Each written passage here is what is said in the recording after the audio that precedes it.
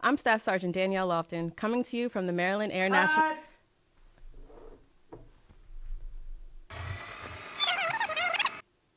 I'm Staff Sergeant Danielle Lofton, and since I'm the new kid on the block, it's only right that I'm the one to introduce our new wing commander during the special change of command edition of the 192nd and not quite 90 seconds.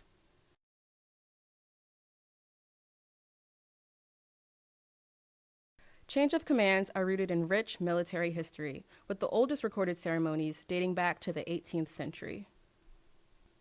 From squadron, group, wing, and major command levels, the primary purpose of a change of command ceremony is to allow subordinates to witness the formal command change from one officer to another.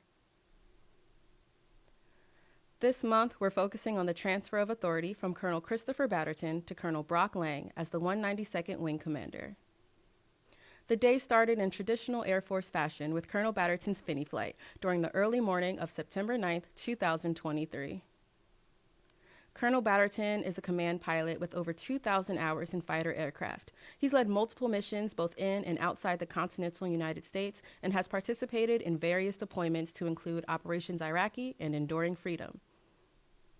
Colonel Batterton led the 192nd Wing through multiple challenges, mobilizations and deployments, supporting air dominance, civil engineering, air-based defense, and intelligence. During his speech, Batterton expressed his many thanks to the airmen of the wing and the selfless leaders whom he attributes his success. Nothing that we've accomplished as a wing over the past few years was due to anything miraculous or outstanding that I did as your wing commander. Everything has been possible because our airmen know how they fit into the big picture of all this all-volunteer service to our Commonwealth and our nation. Also, I've been fortunate to be surrounded by incredibly talented, selfless leaders that have empowered our airmen to lead and be exceptional in every aspect of their jobs and careers. We bid farewell to Colonel Batterton as he passed the guidon to Brigadier General Catherine Jumper, who then presented it to Colonel Lang, a symbolic gesture that gives a tangible view of the command authority being transferred from one commander to the next. After assuming command, Colonel Lang shared why he serves and left airmen with simple guidelines to follow during their Air Force careers.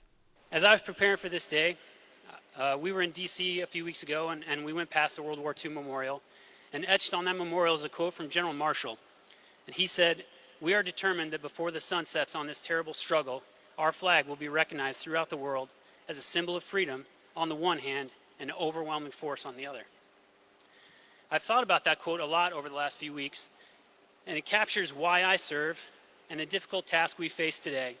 I think we all can agree that this flag represents freedom, but our job is to provide the collateral. We provide the overwhelming force.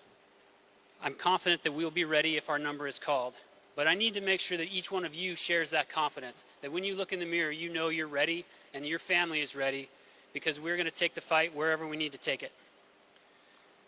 The second part is admittedly more nuanced, and it's a lot harder question to answer.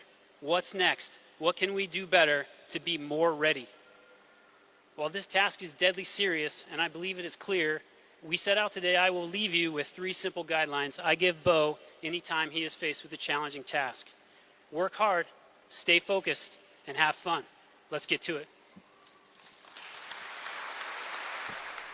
Lang previously served as the director of the Chiefs Action Group in the Office of the Chief of the National Guard Bureau.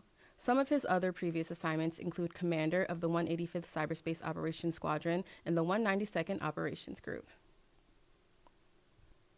Next drill is October 14th and 15th, and don't forget about Family Day on the 15th. We can't wait to see you there.